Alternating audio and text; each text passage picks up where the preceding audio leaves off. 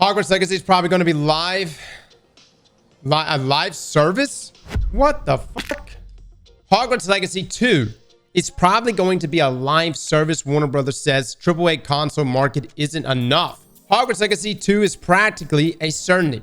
The open world action RPG set in the Harry Potter universe was the best-selling title released in 2023, managing to sell over 24 million units in slightly less than a year. Yeah, a lot of people, people that didn't even game bought it. Developer Avalanche Software and publisher Warner Brothers Games haven't discussed any DLC, though we did learn new features and previously exclusive PlayStation content would arrive at some point in the summer. That, coupled with a new job ad showing recruitment for Unreal Engine 5, suggests the plan is to go straight to a sequel. The first installment was made with Unreal Engine 4. What would Hogwarts Legacy 2 look like? Well, after hearing JB Perrette, CEO and president of global streaming and games at Warner Brothers Discovery, in his appearance at the Morgan Stanley Technology, Media, and Telecom Conference earlier today, it's most likely going to be a live service game.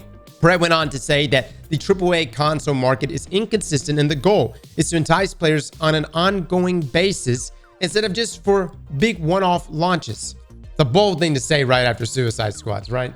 Today, the majority of our business revolves around four main forms of IP and games, which are all billion-dollar-plus businesses in themselves. Mortal Kombat, Game of Thrones, Harry Potter, with obviously our success of Hogwarts Legacy, and the DC world. The challenge we've had is our business historically has been very AAA console. As you know, that's a great business when you have a hit like Hogwarts Legacy. It makes a year look amazing. And then unfortunately, when you don't have releases, or unfortunately, we've also had disappointments. We just released Suicide Squad this quarter, which was not as strong. It just makes it very volatile. We think the opportunity for us and games is a bit of a long multi-year business cycle. It's to take those four franchises and be able to develop a much more holistic approach, particularly around expanding into the mobile and multi-platform free-to-play, which could give us a much better and more consistent set of revenue. That's the obvious. They want more consistent revenue. Secondarily, live services, rather than just launching a one-and-done console game, how to develop a game around, for example, Hogwarts Legacy, that is a live service where people can live and build and play in that world on an ongoing basis. We think we've got the franchises, we've got some of the greatest studio capabilities, and we have a roadmap and a strategic investment plan to try and build out that business. We think there's a meaningful growth over the course of the next couple of years. Of course, the conundrum is that delivering a successful live service game is easier said than done. Even a massively successful studio like Naughty Dog failed to deliver The Last of Us online. Still, it certainly sounds like Warner Brothers wants to try with the Hogwarts Legacy 2. Would you be interested in playing with friends in that world? Okay, so let me get this right. You're telling me I can go make my own wizard, all right? I'm running around Hogwarts Legacy. I've got my wand, and there's other wizards and witches around me that are also playing the game at the same time. What do we do? What do we turn this into an extraction shooter? I don't understand. What kind of a game would it be then? Because it's not like you upgrade your wand. It's not like I'm gonna loot somebody's robes. I could. I guess you could. I'm just trying to think of like the live service aspects. What are we doing here? How can we pull people to play this over and over? I feel like Hogwarts Legacy really nailed it because it was a single player game. The story was really good. I enjoyed it a lot. I loved the side stories, the discovery of the curses, which was great. You could literally see like Sebastian and the evil and distraught creeping into his eyes.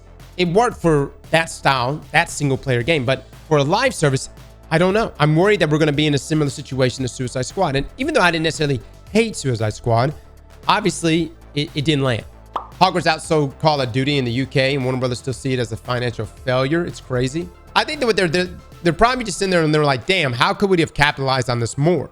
Well, Jesus, fellas, 24 million copies. Come on. And then on top of that, you're going to have, okay, say they take the approach of making it a PvE only game. Like no PvP, a PvE only game. What are you going to have, like strikes in dungeons? You go in there with like a 3-man team of wizards and witches and you clear it out together. What happens when someone discovers Avada Kedavra? You know what I mean? Like, I feel like live service lore, the lore is going to be broken here. It's going to be retcon after retcon. As soon as someone gets Avada Kedavra, that's it. That's it. It's like, you want this dungeon or raid cleared? Avada Kedavra. I'm genuinely asking right now, how do you make the next Hogwarts Legacy game a live service? How can it possibly be a live service? They're probably just going to make spells to allow for tanking and healing, as well as do damage. Oh my God. I just don't see how it can work. I don't see how it can work within Hogwarts frame here. You could just fly around on brooms and just kill noobs and take their stuff. But lore-wise, what are you going to pick up their damn wand and be like, it's not even compatible with me? What the hell do I do with this? I'm starting to wonder, because maybe this is how the folks that played, you know, the Arkham series felt whenever they saw Suicide Squad coming. I really urge Warner Brothers to not make this a live service. The negative press that's going to go with this is going to be terrible. I would suggest ride the hype that Hogwarts Legacy is already built and make the next, you know, a single player game. And, you know, you could still go outside of, you could still follow the main character if you want. I love ancient magics. That was pretty cool. Some retconning there for sure, but that was cool. And maybe go outside of, you know, the Hogwarts. You know, I guess man, this also brings the other question. It's like, you already have the room requirements. You already have almost a 1-to-1 of the castle to some extent. Would you play a second Hogwarts Legacy game if it was like, hey, here's Hogwarts again. Here's room requirements again. Ooh, Cuban, that's actually would be amazing. What if they kept Hogwarts? I guess you wouldn't call it Hogwarts Legacy, but kept it a single player game, but introduced the other castles, the other wizarding schools. This kind of reminds me of like Assassin's Creed, right? Like remember Assassin's Creed, you were pretty much locked to an area, and then like every game you started opening up new areas, multiple areas you could travel to and from. They could do the same thing here with Hogwarts and essentially just go to all the other schools.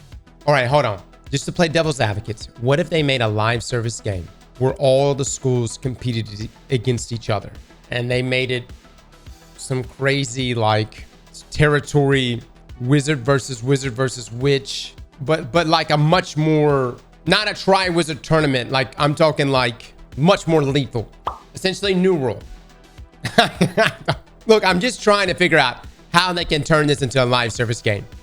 You can't just go over there and stamp live service in a battle pass and go, hey, there it is. There's a sequel. Success. You just can't do it. Slap that like button like your mama told you right.